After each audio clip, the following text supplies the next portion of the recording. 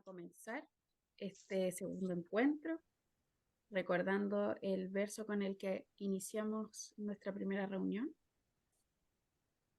El espejo del alma refleja la esperanzadora luz de los mundos.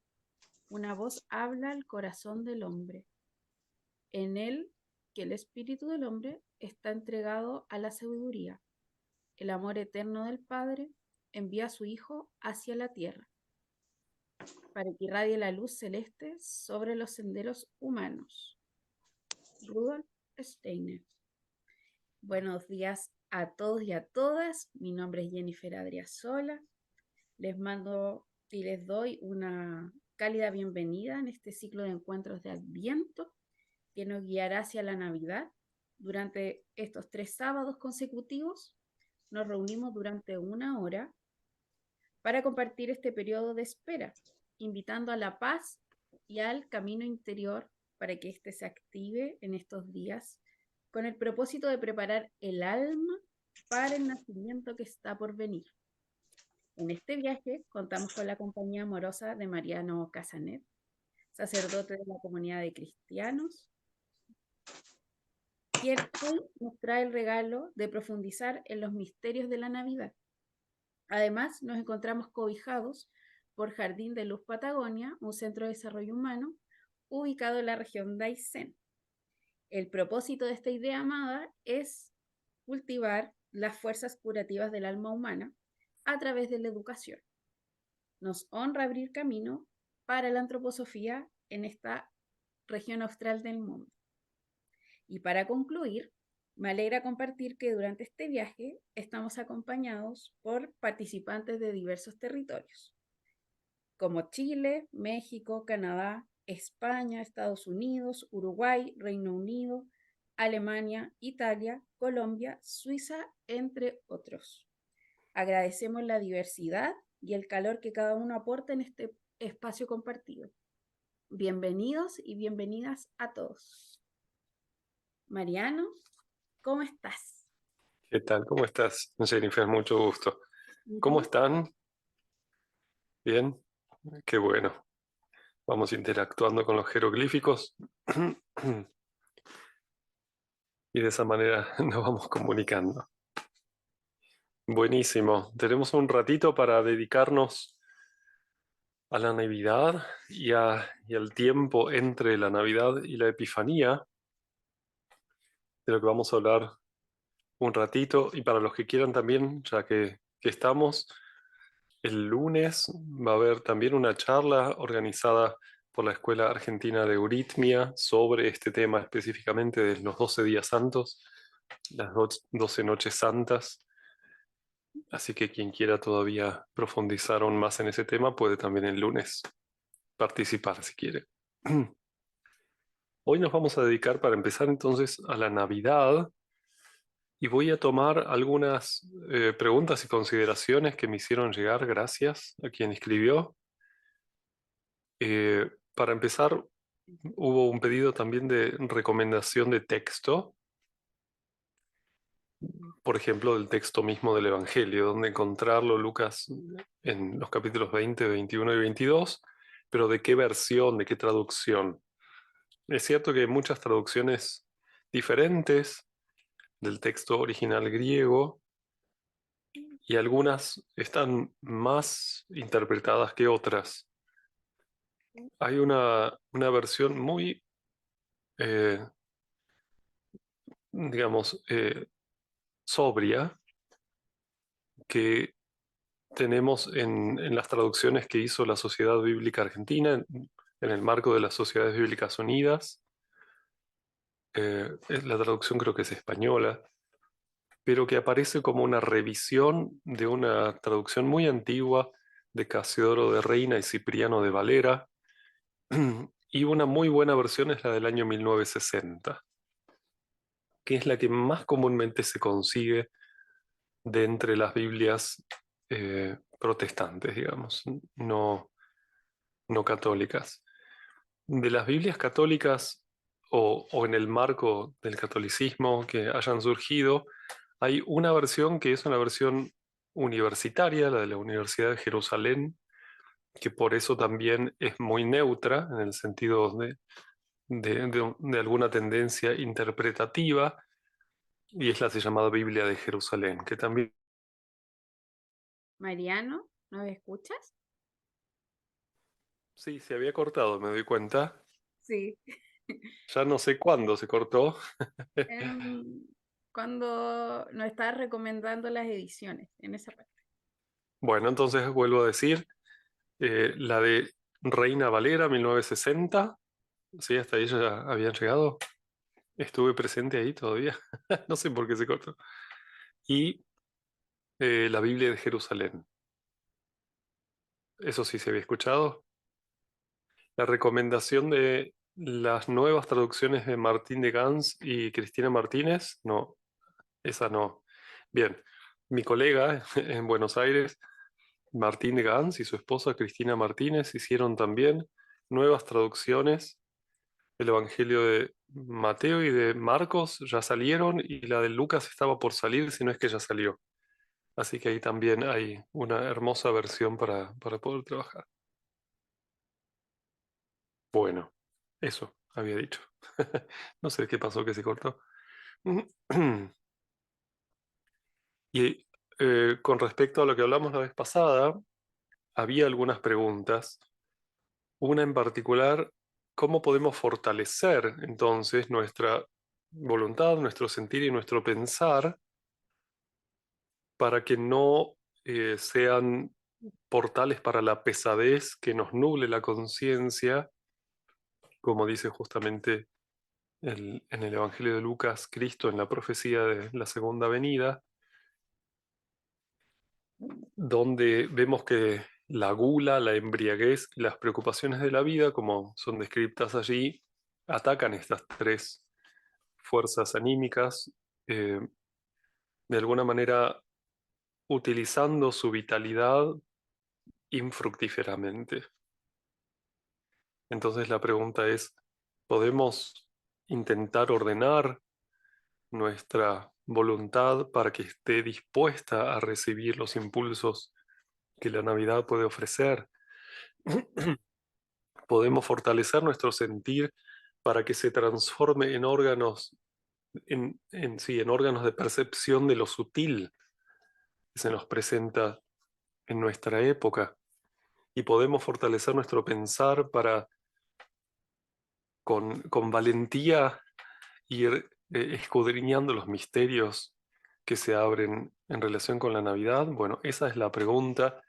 Y, por ejemplo, reunirnos a charlar sobre estas cosas ya es una ayuda en este sentido, despertarnos, ayudarnos mutuamente a darnos ánimo para poder sostener, por ejemplo, en la Navidad una dieta sencilla y que no nos abrume, o que justamente no nos invada ese sentimentalismo que eh, nos nubla la conciencia y nos deja solamente con esas sensaciones prefabricadas, digamos, y que podamos estar dispuestos a percibir qué es lo que ocurre, lo que realmente está ocurriendo entre nosotros. Y luego el pensar entonces que se anime justamente a pensar estas cosas y que no se cierre ante una ceguera proveniente de algún dogma o de un prejuicio acerca de que estas cosas no se pueden entender. Necesitamos y podemos ayudarnos a recorrer estos caminos. Con respecto a la Navidad, entonces, en el sentido histórico y en el sentido actual, tenemos un gesto que acompaña ambas experiencias y es la llegada de algo nuevo que se vino preparando durante mucho tiempo, justamente un embarazo. Y lo que se nos presenta en la imagen del pesebre que conocemos todos, en el centro del pesebre hay un niño recién nacido. Y contemplar ese fenómeno, que es un niño recién nacido, ya nos puede abrir grandes puertas. Cuando una pareja queda embarazada, el varón también queda embarazado, solo que no físicamente. Cuando una pareja queda embarazada, hay experiencias muy extrañas que empiezan a ocurrir. Una es, ya no estamos de a dos o de los que seamos, sino que hay alguien más entre nosotros. Pero ese alguien más no se muestra tanto, sino que se muestra más bien sintomáticamente. No lo percibimos de manera directa, sino que percibimos cómo se modifica el mundo por el hecho de que este ser humano está bien cerca. Vamos descubriendo cómo nos vamos transformando nosotros gracias a su presencia. Por supuesto, la mujer lo vive de manera extrema en su propio cuerpo, pero el varón también. Yo conozco varones que tienen los síntomas de náuseas y de malestar vital, ellos y la mujer, no, como que les toman esa parte del trabajo, o que se dan cuenta antes de que están embarazados. Bueno, hay un montón de estos fenómenos y efectivamente son compartidos. Y uno de estos fenómenos al que me quiero referir es el hecho de que no sabemos quién es esa persona, que luego va a ser nuestro hijo. No sabemos quién es, no hay catálogo para eso. Es más, no hay manera de forzar que un ser humano quiera encarnarse. Podemos disponer todos los óvulos fecundados que querramos, que va a ocurrir un embarazo solamente si se da la concepción y no tan solo con la fecundación, sino cuando un ser humano se une con el germen biológico que los padres le ofrecen y empieza a tomarlo como material para formar su propio cuerpo. Y la concepción puede darse enseguida después de la fecundación o mucho más tarde, como máximo en el día 17 o 18. Hay realmente mucho tiempo para que pueda darse la concepción. Esto se puede estudiar desde las investigaciones del desarrollo embriológico con mucho detalle. No hace falta siquiera recurrir a la ciencia espiritual para eso. En las ciencias naturales ya se puede ver que hay una influencia que no proviene del entorno biológico que toma decisiones, digamos, sobre lo que está pasando allí. Los investigadores en genética llaman a ese tipo de impulsos de intervención, digamos, sobre los procesos biológicos que no provienen de lo biológico, lo llaman la señal. Es un término que se usa en la embriología genética o en los procesos genéticos en general. Y es como si fuese, digamos, el elemento extraño que uno no sabe cuándo va a aparecer y que pone en movimiento todo el proceso de eh, elección de los genes que van a ser activados, de mensajería y de formación de proteínas. Efectivamente, no es la biología la que toma las decisiones, sino que es el material en el cual el ser que toma las decisiones va moldeando y elaborando su manera de presentarse en la vida sensorial.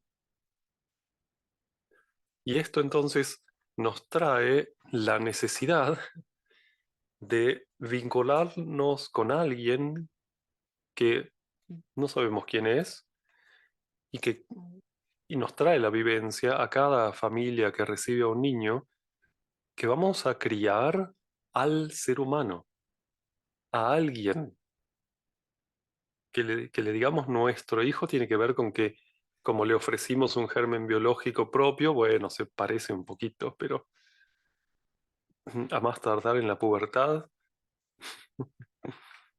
se van separando cada vez más. Y es tan desconocido que nos desesperamos por ver quién es, quién es, quién es.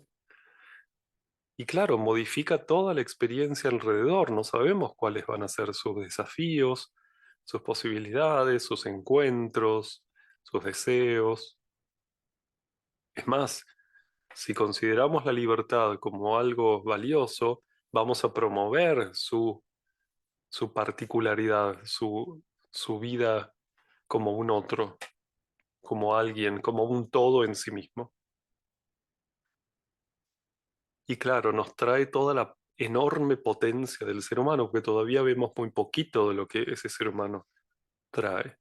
Vemos tan solo potencia. Contemplar a un bebé recién nacido nos puede traer la experiencia de la multipotencia humana, para no decir omnipotencia porque queda un poco grande, pero de la multipotencia humana que es la base justamente para la libertad. Y cuando ocurre ese nacimiento, nos damos cuenta el ser humano es posible.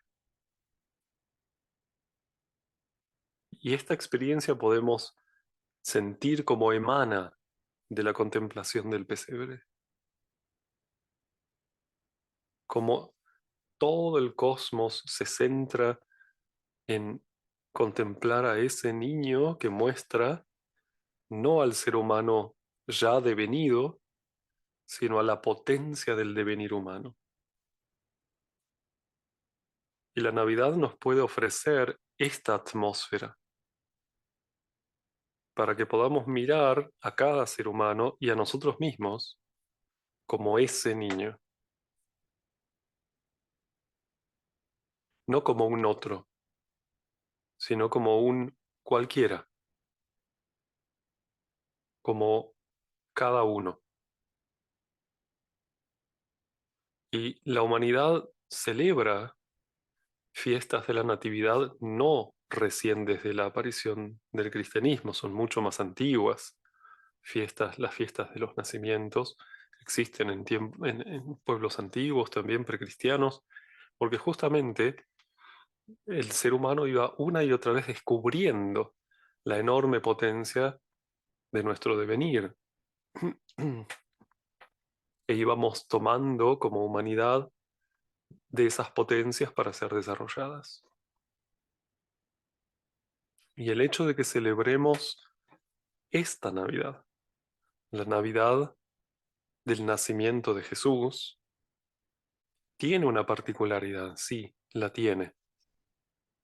Y tiene este carácter tan especial, porque la experiencia de esa potencia humana se estaba perdiendo.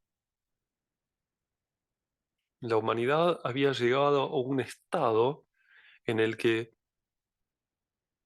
al ser humano se lo sentía como estancado en la evolución. Esto, por ejemplo, lo encontramos descrito en la idea griega del Hades,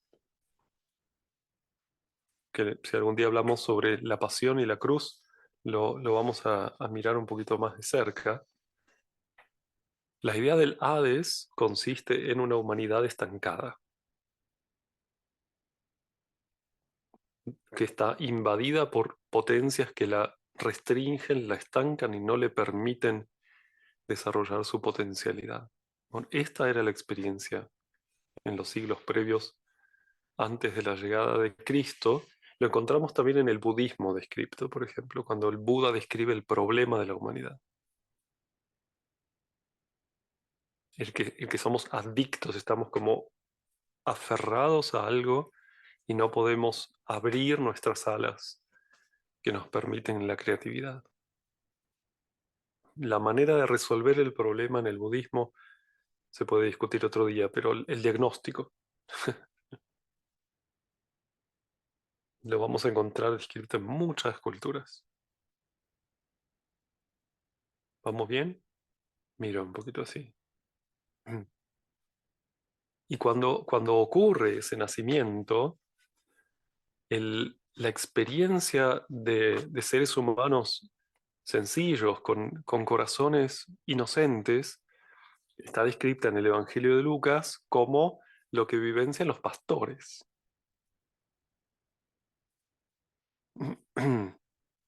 y está descrita en el Evangelio de Mateo como lo que vivencian los reyes, los seres humanos que han podido avanzar en la comprensión de la vida, no solamente en las fuerzas del sentir y de digamos, del vínculo entre las almas, sino en la comprensión de la vida, los magos.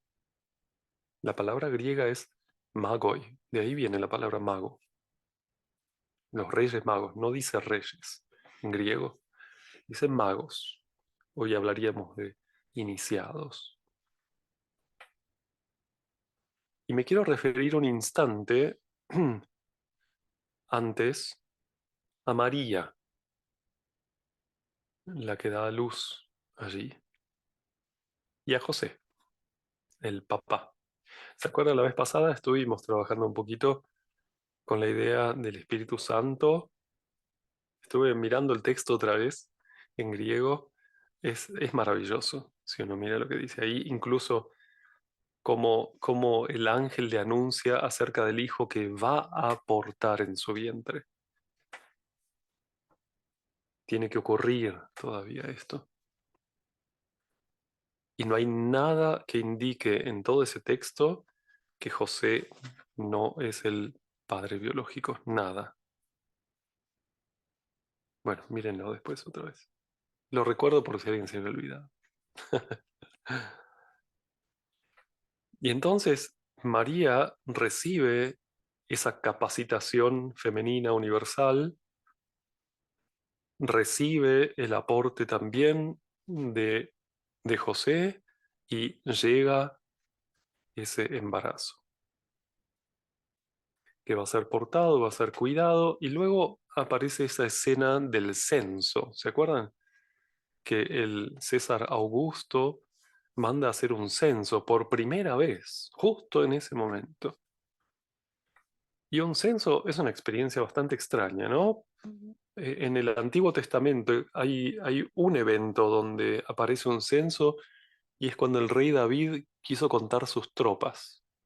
Bueno, el hecho de haber numerado a la gente trae en el pueblo de Israel, que el rey David eh, de alguna manera regía, trae una peste.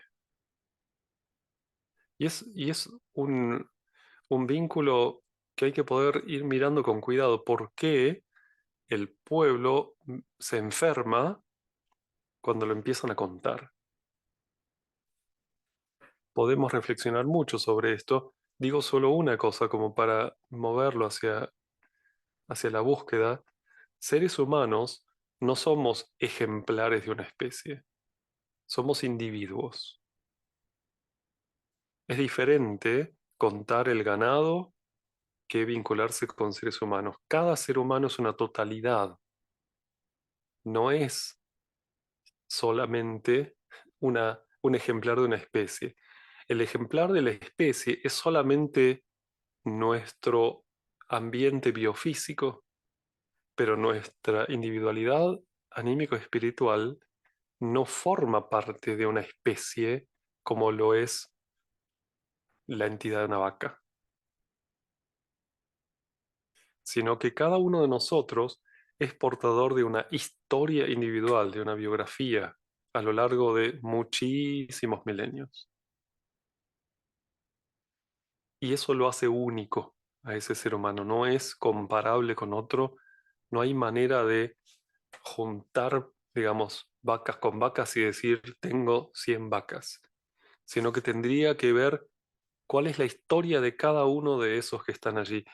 Cualquier persona que tenga a cargo un grupo de seres humanos en algún curso o en una escuela o en un jardín de infantes, que es como lo más parecido a un templo que hay sobre la tierra, nos damos cuenta enseguida, estamos ante cada uno de los misterios de esos seres humanos. Y si entiendo a uno, no por eso entiendo al otro. No, no hay estandarización en la humanidad. Y el hecho de querer contar a los seres humanos es un síntoma de esa pérdida de la potencia individual. Y en ese contexto recorre ese nacimiento su camino, en un contexto de deshumanización, en un contexto de uso de las personas y no de vínculo con personas.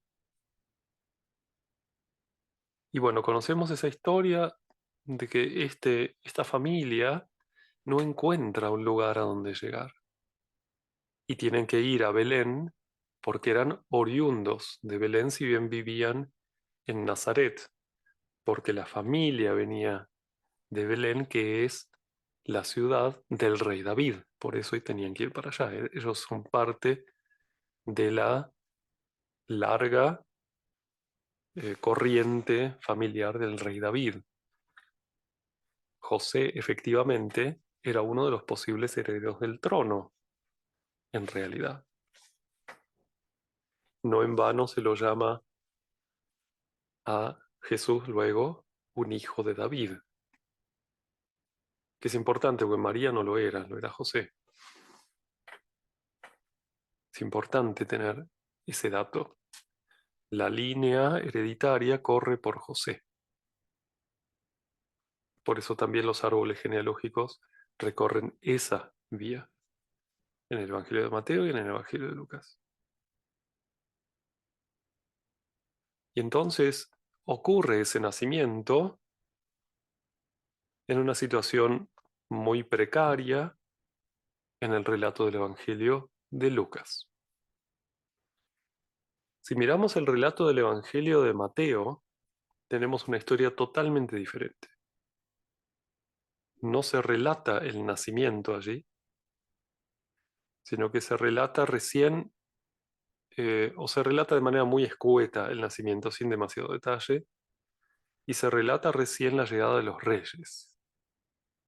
Ahí tenemos la experiencia. Y los reyes no llegan a un establo. En el Evangelio de Lucas se relata el nacimiento en un establo, ¿sí? Lo conocemos todos. Pero en el Evangelio de Mateo no se relata ningún establo, no aparece en ningún lugar ningún establo, sino que aparece allí el lugar donde ellos están. En, en griego se lo llama oikos. Aparece la palabra oikos. La palabra oikos es el origen de nuestra palabra eco. ¿Ah? Eso así, en suma. Eco, ¿sí? Ecología, economía. De ahí viene la palabra eco, oikos. Y significa, ¿saben qué? Casa. Es casa, nada más. Ecología es comprender la casa, las leyes de la casa. Economía es comprender los números de la casa, pero también sí, las leyes del intercambio, de administrar la casa, digamos. Y entonces se relata que estaban en una casa ellos, no en un establo. Y allí fueron visitados por los reyes, por los magos. No se habla de ningún censo, pero sí se habla de que cuando Herodes se entera de todo lo que estaba pasando, se pone muy nervioso y manda matar a todos los niños menores de 2 años, que es un dato interesante también. Bueno, en el Evangelio de Lucas no hay ninguna palabra acerca de ese problema, sino que todo ocurre de manera muy serena. Vienen los pastores, después se van, cuentan a todos, aparecen los ángeles antes que les dicen, hoy os ha nacido el Salvador. Tiene otro clima totalmente diferente que es el que más nos gusta de alguna manera, y es como que nos concentramos allí. Y los teólogos de los últimos 2000 años han intentado compatibilizar estas dos historias, que si uno trata de datar esos hechos, se encuentra con momentos históricos muy diferentes. No coinciden en el tiempo estos dos eventos. Y eso nos ayuda a entender por qué Herodes quiso matar a los niños menores de 2 años. Es muy probable que los sucesos que relata eh, Mateo hayan ocurrido mucho más tarde, un tiempo más tarde. Y después esa familia se tiene que ir a Egipto. Bueno, el Evangelio de Lucas no habla de nada de esto, sino que vuelven a Nazaret y siguen su vida. No se van a Egipto, los de Lucas. Y si miramos los árboles genealógicos que cada uno de los evangelistas propone, también vamos a tener un dolor de cabeza porque no coinciden. Y no coinciden mucho, no poquito. Lo único donde coinciden es en que la mamá se llama María, el papá se llama José, el niño se llama Jesús y muchas generaciones antes aparece el rey David y los antepasados del rey David. Pero entre el rey David y José, que estamos hablando de 1000 años de recorrido, no hay coincidencia. Son muchas generaciones entre el rey David y José.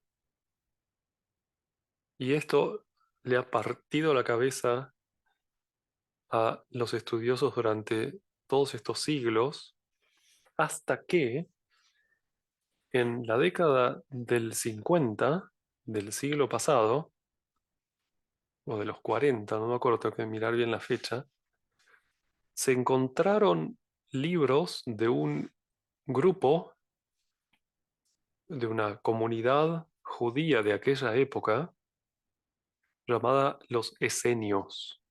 ¿Escucharon hablar de los esenios alguna vez? Este era un grupo muy estricto, muy rígido dentro del judaísmo de aquella época, que veía la decadencia de la cultura y que quería efectivamente prepararse severamente para que el Mesías pudiese llegar, porque con el pueblo como estaba, sabían que no había manera. Y entonces hacían un recorrido muy estricto de preparación, de purificación, y tenían también profecías mesiánicas que habían recibido de sus maestros. Esta comunidad, congregación judía tan severa, existió durante 200, 300 años, no demasiado tiempo. Pero el bien cultural que heredó fue poderosísimo.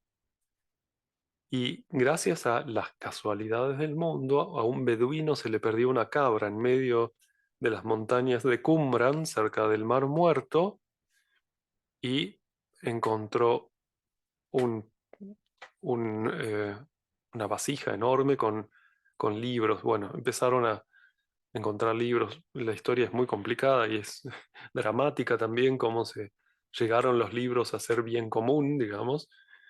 Son todos rollos. Y entre todas las cosas que aparecieron profecías mesiánicas, donde describían con mucho detalle cómo era la llegada del Mesías para que la gente estuviese preparada para reconocerlo. ¿Y saben qué es lo sorprendente? Se describe que no había un Mesías, que había dos. En las profecías de los esenios de hace 2100 años. Se habla de los Mesías en plural y se describe a dos. Y si uno mira las descripciones de estas dos figuras y lee el Evangelio de Mateo y el Evangelio de Lucas, puede llevarse enormes sorpresas. Tan sorprendentemente como que una de las figuras coincide con una historia, con las características de una historia, y la otra con las características de la otra historia. Y si vamos al comienzo de la bifurcación del árbol genealógico, o sea, en la generación siguiente al rey David, nos vamos a encontrar en el Evangelio de Mateo con que el hijo de David, del cual luego sigue la corriente hereditaria, es el rey Salomón, el que heredó el reino. Salomón, efectivamente. Por eso, a este niño Jesús del Evangelio de Mateo se lo llama el Jesús salomónico. Y David tenía muchos hijos. Otro de esos hijos se llamaba Natán, que significa regalo o don. Y este es el hijo cuya línea eh, se describe en el Evangelio de Lucas. El siguiente después de David en el Evangelio de Lucas no es Salomón, es Natán. Y no es heredero del trono. Y entonces uno dice, ajá, mira, los reyes, entre comillas, van a visitar al de Mateo, al de Salomón. Los pastores van a visitar al de Lucas. Bueno, vayan jugando con esto a ver qué pasa. Y efectivamente nos vamos a dar cuenta que el proceso de llegada de Cristo a la tierra fue un proceso muy complejo que involucró no a una persona, sino a dos. Pero claro, después hubo uno en la cruz.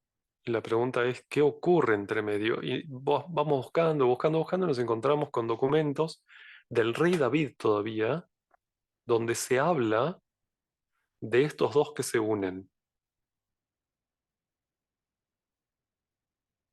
en los salmos, por ejemplo.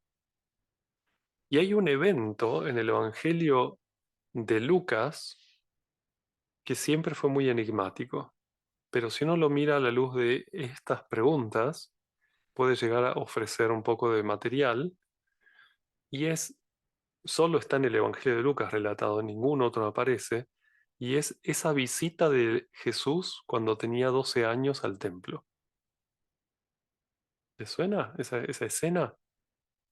Ellos iban todos los años a las fiestas, al templo, como era costumbre en todas las familias judías, y cuando Jesús cumplió 12 años, en aquel momento era, en ese momento, para los varones, el momento para hacer su bar mitzvah, como la comunión en el cristianismo luego. La comunión, perdón, la confirmación. Y efectivamente fueron, y una de las cosas que tenían que hacer esos niños era leer de los textos bíblicos y explicar algo que hayan aprendido.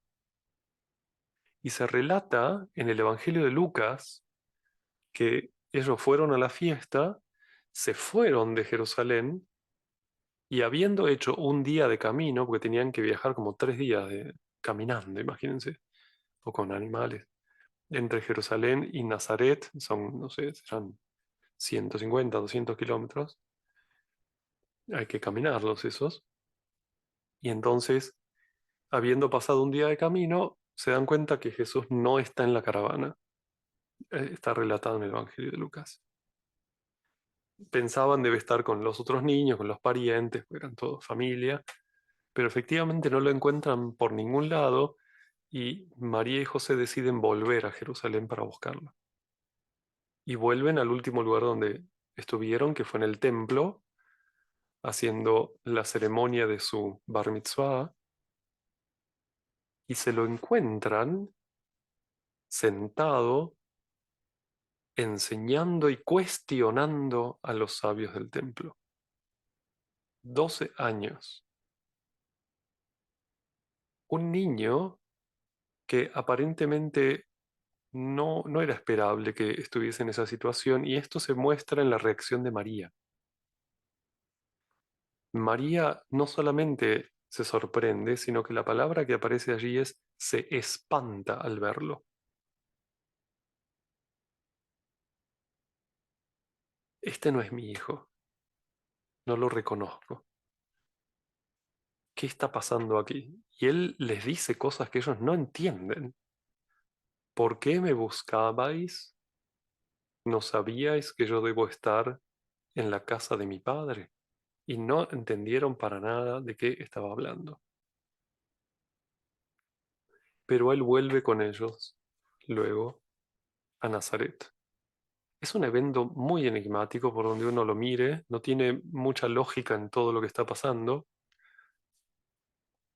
eh, y sin embargo aparece como una luminaria entre el nacimiento y luego el bautismo en el Jordán. Lo único que se cuenta es eso, nada más. Y si investigamos quién era Lucas, ¿por qué Lucas cuenta cosas? Lucas, el evangelista, era un científico, era médico y era además artista, pintaba. Y estudió ni más ni menos que en Alejandría. Estamos hablando de las personas más formadas de la época. Lo que él relata, lo dice además explícitamente, lo hace para que se entienda, dice él allí. Y que cada uno pueda, de la lectura de su libro, ganar una relación concreta con lo que estaba pasando allí. Bueno, si ese evento tiene que ver con la reunión de ambos, lo voy a dejar abierto como pregunta,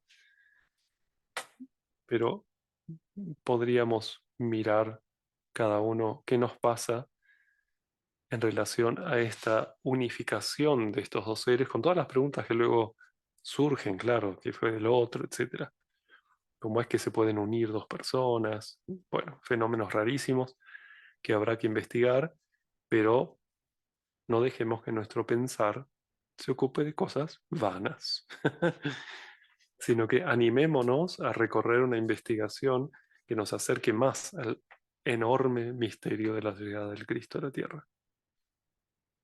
¿Y qué pasa? Fíjense, cómo, cómo fue celebrando la cristiandad la Navidad.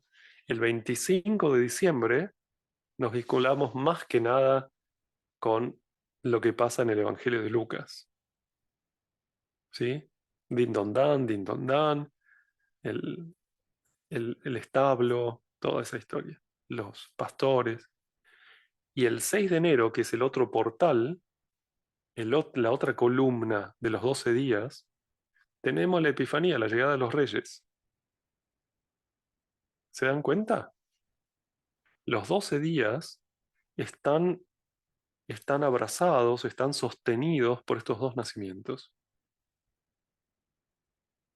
Y entre medio, como se los llama en diferentes culturas, el tiempo fuera del tiempo. Acá en Alemania se llama a esos 12 días los días ásperos. Es interesante. No los días sentimentales, sino los días ásperos. Y en las tradiciones heredadas también por tanto esfuerzo cristiano por vincularse con estos misterios, durante esos 12 días nos toca reflexionar acerca de qué es lo que realmente queremos para nosotros y para la vida.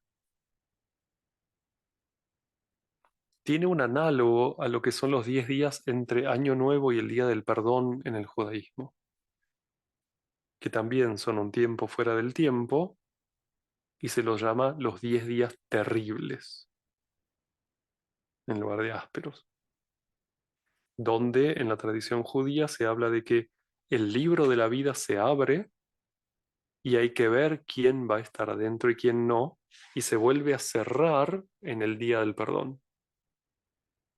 Y de acuerdo a lo que cada uno de nosotros haya pensado, reflexionado, aprendido, perdonado, pedido perdón, etcétera, crecido moralmente, digamos, va a tener una u otra experiencia en el próximo año. Es como si los destinos estuviesen por un instante dispuestos a recibir algo nuevo y luego a ver cómo influye eso en el próximo año. Y podemos tomarnos la oportunidad durante estos 12 días que se nos aproximan de hacer esta reflexión. Quizás mirar durante 7 días lo sucedido ya y luego tenemos 5 días para desear qué querríamos que suceda, para orientar nuestra voluntad. Es interesante que estos 12 días están divididos en 7 y 5, con el año nuevo en el medio. Y justamente en esa bisagra entre el entender y el querer algo, está ese año nuevo y podemos ver qué hacemos ese día. Y ojo con todo lo que nos distrae, porque sigue valiendo de la gula, la embriaguez y las preocupaciones de la vida. Y a ver qué pasa entonces en Navidad. ¿De qué se trata tomar en serio la potencia del ser humano y ponerla en actividad en cada uno de nosotros? Y promover que esta potencia pueda también hacerse vida en los demás. ¿Se imaginan una Navidad así? Ahí sí, feliz Navidad, ¿no? Y no una Navidad meramente sentimental, donde uno no sabe cómo hacer para digerir lo que comió y para pagar lo que se endeudó. O sea, llenar con artificios el vacío que no va a ser satisfecho de esa manera, sino permitir que ocurra ese vacío, que ocurra esa pregunta, que va luego a dar a luz un impulso sanador para el año que sigue.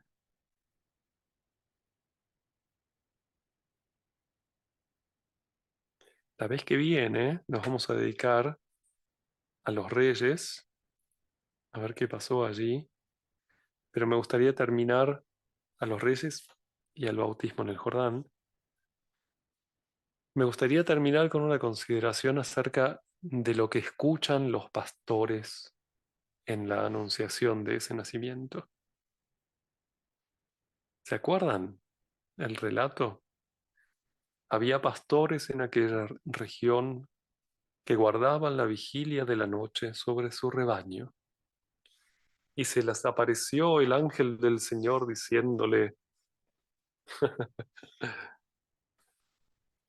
bueno, todo ese enorme, gigantesco mensaje, ¿quién pudiera escuchar algo así, no? Mm. Hosana en las alturas, revelado sea Dios en las alturas y paz a los hombres en la tierra, paz a los hombres, y en la tierra paz a los hombres de buena voluntad. Revelado sea Dios en las alturas y en la tierra paz a los hombres de buena voluntad. Este es uno de los más grandes misterios quizás que la Navidad tiene para ofrecernos, además de tanto de lo que estuvimos trabajando hoy. ¿Qué es esto de la buena voluntad? Y fíjense este doble gesto. Revelado sea Dios en las alturas, aprendamos a conocer la divinidad en su manera de vivir y obrar.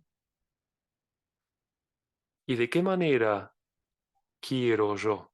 ¿Cómo oriento mi voluntad? ¿Tengo buena voluntad?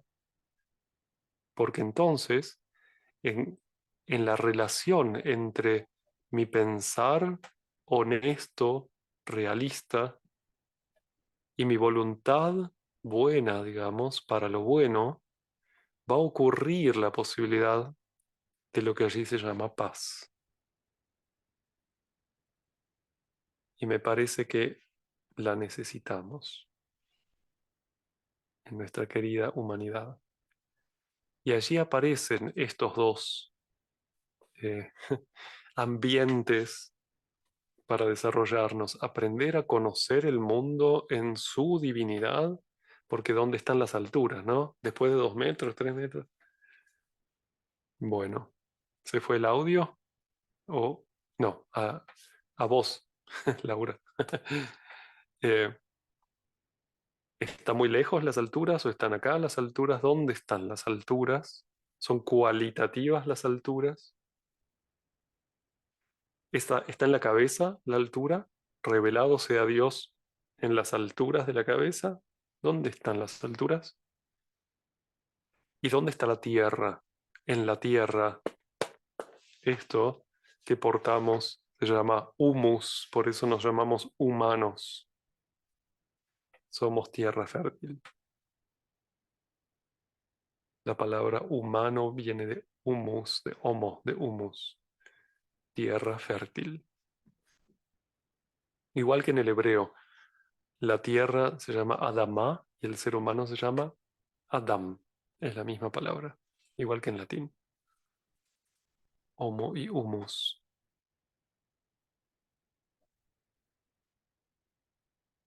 Bueno, con esto quería terminar hoy, viendo si, bueno, no, o invitando a animarnos a escuchar esa anunciación también cada uno de nosotros y a ponernos en movimiento, como los pastores lo hicieron ante el llamado de semejante anunciación. Y en ese sentido, también por hoy, feliz Navidad. Nos podemos decir feliz Navidad todos los 12 días, ¿eh? Así nos acordamos de qué se trata.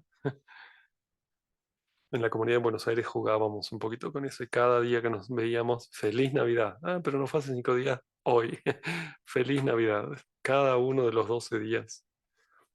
Ayudarnos mutuamente a estar despiertos. Muchas gracias Jennifer por hoy también.